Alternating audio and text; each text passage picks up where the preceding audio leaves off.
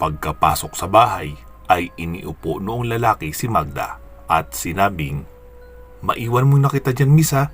Ikukuha lang kita ng maiinom." Nagtungo sa kusina ang lalaki na nakikita din naman sa bahagi ng sala. Ipinagtimpla siya nito ng mainit na gatas at saka muling lumapit sa kanya. "Miss, inumin mo muna ito para mainitan ang sikmura mo." Kahit nag-aalangan at parang hindi sanay makatanggap ng pagmamalasakit mula sa ibang tao, ay tinanggap iyon ni Magda at dahan-dahang humigop. Pagkahigop ay naubo ito, tapos nakaramdam siya ng pagkasuka. Mabilis niyang ibinalik ang tasa sa lalaki at saka tumakbo papalabas ng bahay at doon na nga sumuka.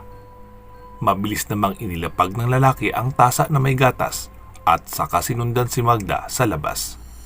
"Okay ka lang, miss? Baka dala lang yan ng pagbubuntis, kaya ayaw pa tumanggap ng sikmura mo ng pagkain sa umaga." Matapos makasuka ay nagsalita si Magda. "Ano ba kasi yung pinainom mo sa akin?" "Gatas," sagot pa noong lalaki. "Bakit? Hindi ka ba umiinom ng gatas?" "Hindi," sagot pa ni Magda. "Ano, tapos ka na sumuka? Pasok ka na muna sa loob para makapagpalit ka ng damit. Mukhang basa ka oh." Muli na siyang inalalayan ng lalaki papasok. Pagkaupo ay muling nagsalita ang lalaki. "Ako nga pala si Andrew. Isa akong secret crime investigator. Pero hindi ako pulis ha. Nagtatrabaho lang ako para sa kanila. Ikaw, anong pangalan mo?" "Magdalena." "Nice name. Very common. Taga saan ka?" "Taga probinsya." "Saang probinsya?" "Paano ka nakarating dito?" Bago pa makapag-isip ng isasagot si Magdalena, ay muli na naman siyang tumakbo sa labas at nagsuka. Bumalik na rin siya ng kusa sa loob pagkatapos dumuwal sa labas. Panay lang naman din kasi ang pagduduwal niya, pero wala naman siyang nailalabas. Pagkapasok ay sinabi ng lalaking nagpakilalang si Andrew, "Iwan mo na kita dyan, miss ha. Ikukuha lang kita na mapagbibihisan. Magkakasakit ka niyan, basa yung suot mo." Pumasok ito sa kwarto sa may dulo. Maya-maya ay may dala itong short at t-shirt. "Magbihis ka muna. Nandun ang CR sa may dulo. Doon ka magbihis. Tapos pagkabihis mo, sabayan mo ako kumain. Pero kung ayaw pa rin ang sikmura mo, ay wag mo nang pilitin kahit mag-soup ka na lang muna. Pupunta nga pala ako sa opisina. May mga ihahatid lang akong dokumento. Pag nagutom ka, tumingin-tingin ka na lang dyan sa ref kung anong gusto mong kainin. Marami dyan, ipainit mo na lang. Tapos may sariwang karne din dyan kung gusto mong magluto." Tila nabuhayan naman ang dugo si Magdalena noong pagkabanggit ni Andrew na maraming sariwang karne sa ref. Itinuro din ni Andrew ang silid na katabi ng banyo. "Bakante ang kwartong yan, dyan ka na magpahinga. Ilalak ko na lang pagkaalis ko yung pinto. Siguro naman gising ka na pag uwi ko ng hapon." Tinungo na nga ni Magda ang CR at nagbihis. Pagkabihis ay umupo na siya sa may hapagkainan na gawa sa salamin. May tinapay, brewed coffee na nasa coffee maker, pritong itlog, tusino at mga palaman ang nasa harap. Nagsalita si Andrew. "Ano? Wala ka bang gustong kainin dyan sa mga nasa harapan mo?" Umiling-iling lang si Magda. "Sige, hintayin mo ito pinapakulo kong soup, baka magustuhan mo." Maya-maya ay naglagay si Andrew noong niluluto niyang chicken noodle soup sa katamtamang laki ng mangkok at inilapit kay Magda ang isa. "Sige na, subukan mo lang. Kailangan mainitan ang sikmura mo kahit papaano. Kailangan ng baby mo ng sustansya." Nang matikman iyon ni Magda ay nagustuhan niya naman iyon, kaya ipinagpatuloy niya na ang paghigop. Nagmadali na ring makatapos kumain si Andrew dahil may lakad pa nga ito. Bago pa lumabas ng pinto si Andrew ay sinabi nito kay Magda na ilalak na niya ang pinto at magpahinga na lang muna ito, at saka isinara na nga ang pinto at naglakad na papunta sa sasakyan. Pagkaalis ng binata ay naiwang nakatulala si Magda sa hapagkainan sa kusina. Inisip niya ang mga nangyari noong nakaraang gabi. Muli niya na namang naalala si Manuel. Naiyak siya dahil dito at humagulgol habang hinihimas ang kanyang tiyan. At inisip na kawawa naman ang anak nila ni Manuel. Walang kamumulatang ama. Nagpatuloy lang siya sa pag-iyak hanggang sa makatulog siya sa lamesang kinakayukuan. Narinig niya na lang na may kumakatok sa pinto. Pagtingin niya sa relo sa may itaas ng pinto ay mag-aalas 12 na pala ng tanghali. Hindi rin halata sa loob dahil makapal at dark color ang kurtina ng mga bintana. Ilang segundo pa ay bumukas na rin ang pinto. Si Andrew pala, may susi naman iyon, kaya ginamit na lang ni Andrew ang kanyang susi dahil inisip niya na baka mahimbing pa ang tulog ni Magda sa loob ng silid. Pagkapasok nito ay nakita niyang papatayo pa lang si Magda. "Uy, Magdalena! Diyan ka natulog sa lamesa? Doon ka na muna sa silid na itinuro ko sa'yo. Tatawagin na lang kita kapag kakain na." Dahil sa hindi pa rin masyadong maganda ang pakiramdam ni Magda, ay tinungo na niya ang silid sa may dulo at doon nagpahinga. Kinagabihan, lumabas si Magda ng silid at naabutan niyang nanonood ng telebisyon si Andrew. Nang makita siya nito ay inanyayahan siyang umupo sa may isang kalapit na sofa. Sinabi sa kanya ni Andrew na naaawa ito sa kalagayan niya at ayaw nito na magpakalat-kalat siya sa lansangan, lalo na at buntis. Kung gusto niya daw ay doon na lang muna siya mamalagi sa bahay ng lalaki. Kapalit ang konting paglilinis ng bahay dahil halos hindi nakakatikim ng linis ang bahay ni Andrew dahil sa wala nga itong hilig sa mga gawaing bahay at abala din naman sa trabaho. Sinabi din nito na hindi kailangan magkwento ni Magda ng tungkol sa nakaraan niya kung hindi iyon komportable sa babae. At ituring na lang niya na tulong mula sa isang kaibigan ang ginagawa ni Andrew. Lumipas pa nga ang ilang buwan ay naging malapit sa isa't isa sina Andrew at Magda. Pero walang gabi ang lumilipas na hindi naisip ni Magda ang pagkamatay ng asawang si Manuel. At isinumpa niyang iimbestigahan niya kung sino ang pumatay sa asawa. Papalampasin niya lang na makapanganak siya at manumbalik ang kanyang lakas. Dumating na nga ang araw na manganganak na siya. Sinabi niya kay Andrew na huwag siyang dalhin sa ospital dahil natatakot kasi siya baka iba ang itsura ng kanyang anak dahil sa kanyang pagiging dugong aswang at maging issue pa iyon sa ospital at baka ilayo sa kanya ang kanyang anak at gawing eksperimento gaya ng mga napapanood niya sa telebisyon na madalas pinapanood nitong si Andrew. Sa kabutihang palad ay may kaibigang midwife si Andrew at doon na nga lang siya pinaanak sa bahay ni Andrew. Si Andrew na ang tumayong haligi ng tahanan para kay Magdalena at sa anak nitong si Eman o Emmanuel na naisip niyang ipangalan mula sa pangalan ng kanyang ina na Emma at pangalan naman ni Manuel. Lumaking malusog at masayahin ang batang si Eman. Wala din namang naging problema kay Andrew ang pananatili nila doon. Kung pagmamasdan nga sila ay para talaga silang isang buong pamilya na may tatay, nanay at anak. Pero yun nga lang, magkaibigan lang si Andrew at Magda. Hindi rin naman nagpaparamdam ang lalaki ng kakaibang pagtingin kay Magda. Kaya nanatiling malapit na magkaibigan lang talaga ang kanilang naging turingan. Dahil sa pananatili ni Magda sa bahay ni Andrew, ay naging libangan na niya na basahin ang mga detalye ng kasong tinatrabaho nito na nakapaskil pa ang larawan ng mga salarin sa malaking whiteboard sa isang kwarto ng bahay na ginawang working area ni Andrew. Babaeng estudyante rape case. Manong magbabalot, hinold up, binugbog at pinatay. Taxi driver, hinold up at pinatay. Sexy dancer, serial killer. Estudyanteng binubuli, nagpakamatay, tapos may question mark. Negosyanteng biglang yaman, nagbebenta di umano ng laman loob ng tao. 10 batang nawawala sa kamay nilaan, hindi pa natatagpuan. Ilan lang ang mga iyon sa kaso na pinag-aaralan ni Andrew na nakapaskil sa whiteboard. May makapal na sinulid pa na sala sa labat at may itinuturong direksyon sa kung saan nakalista ang pangalan ng mga street at syudad.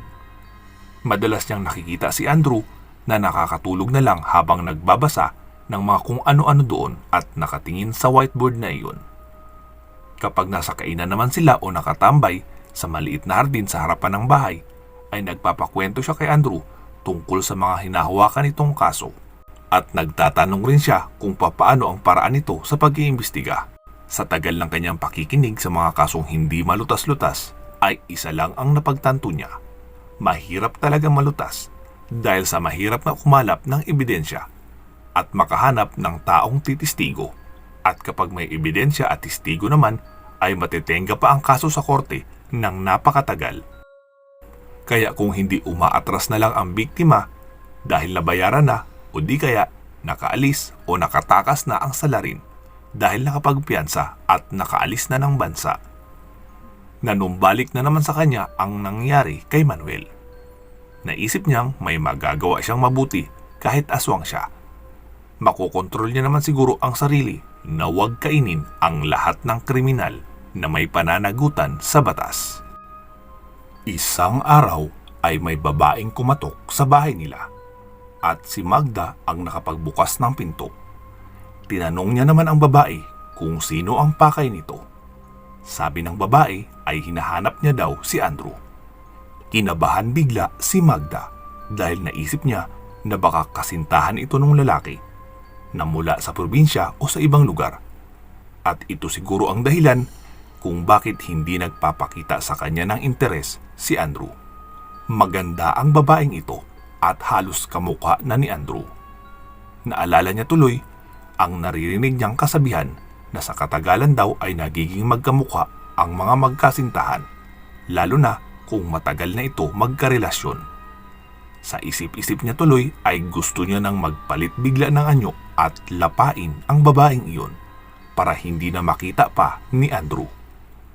Kahit papaano ay nahulog na rin kasi ang loob niya sa lalaki dahil mula nung tumungtong siya sa Luzon ay wala pang ibang nagpakita ng kabaitan o rumispeto man lang sa kanya. Dahil sa ayos at pananamit niya na halatang taga-probinsya at may punto pa sa pagsasalita. Ganun yata talaga sa syudad. Yung mga mayayaman at mukhang mayayaman lang ang tinatrato ng maayos at iginagalang. Sa mga oras na iyon ay hindi maintindihan ni Magda ang kanyang nararamdaman. Bakit parang nagagalit siya sa babaeng kaharap, gayong wala naman itong ginagawang masama sa kanya. Napakabait pa nga nito kung magsalita. Sa tingin niya ay nagsiselos nga talaga siya. Kaya kahit naiinis ay pumunta iyon sa kusina at tinawag si Andrew. "Sir, may naghahanap po sa inyo sa pinto. Isang magandang babae." Sarkastikong boses na pagkakasabi niya kay Andrew.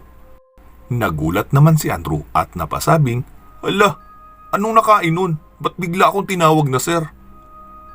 Naghugas muna ng kamay si Andrew at saka naglakad patungo sa sala.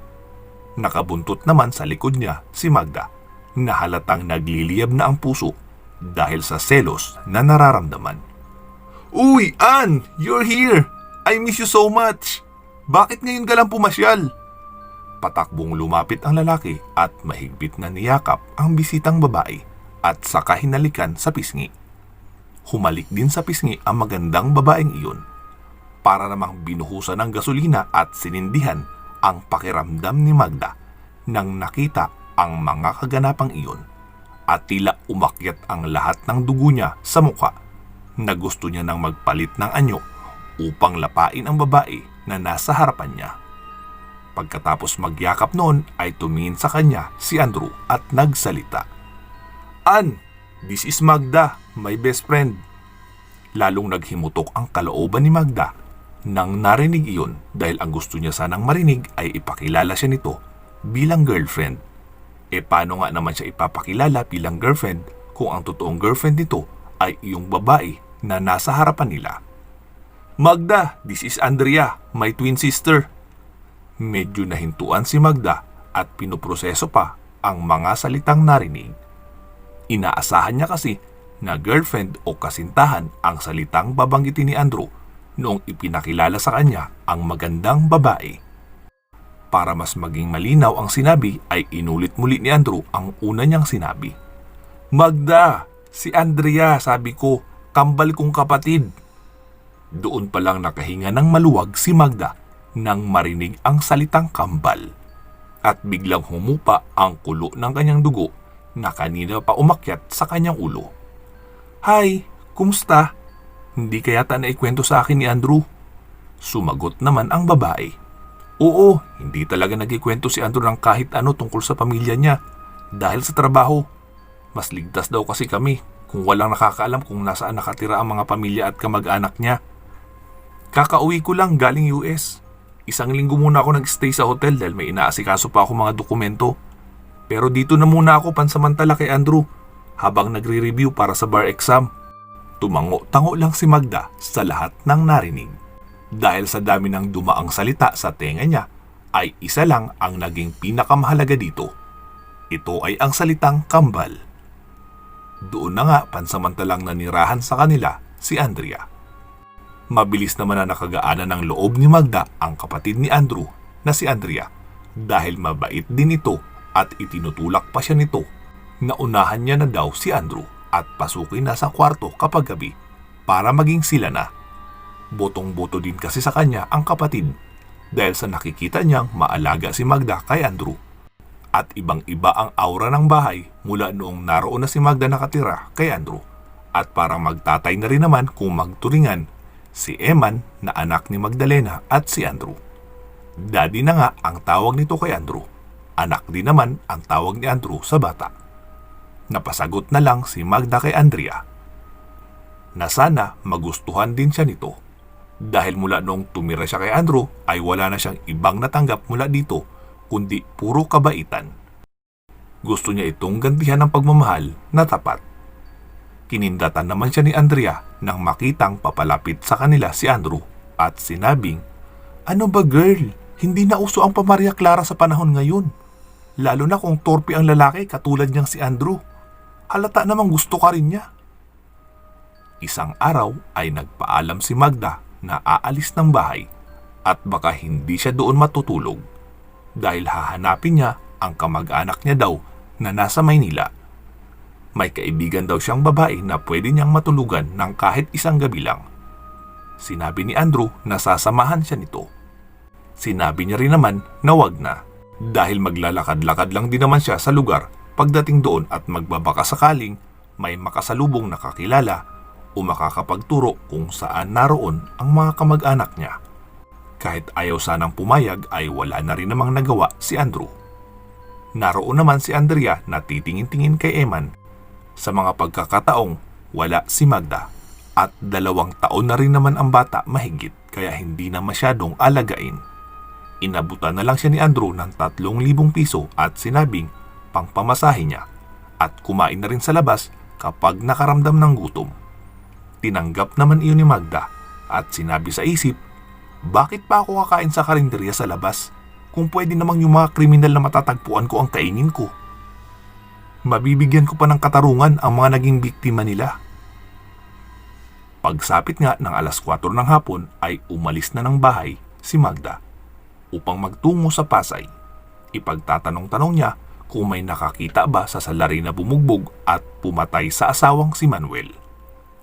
Habang nakasakay sa aircon na bus, ay tumatakbo din sa isip ni Magda na pagbabayarin niya ng buhay ang pumatay sa kanyang asawa at humanda ang iba pang mga kriminal na makakasalubong niya sa araw na iyon dahil sisiguraduhin niyang tatapusin na niya ang kasamaan ng mga ito. Magkita-kita po tayo muli sa pagpapatuloy ng ating kwento sa part 5. Sa mga interesado po na sumali sa program ng channel natin na Share Your Story and Earn Cash, ay ipadala nyo lang po ang inyong mga kwento sa email address na ilalagay ko sa bidyong ito. Puntahan nyo rin po ang community post ko o i-email nyo na lang ako para malaman kung papaano at magkano ang maaari nyong kitain. Hindi po iyon pa kompetisyon at hindi rin pa raffle.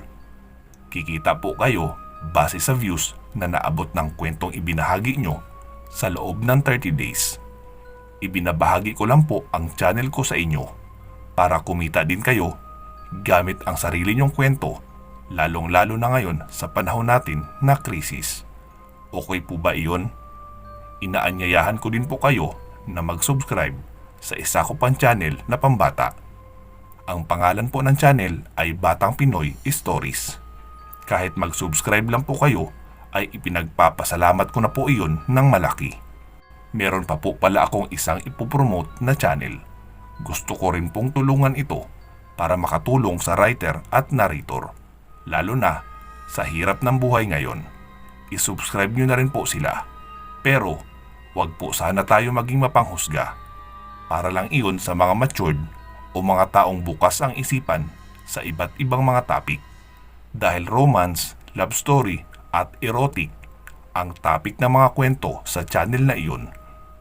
At ang pangalan po ng channel ay Kapusukan Files.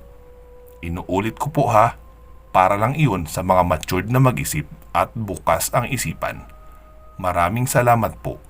Mag-iingat po kayo palagi at hanggang sa muli.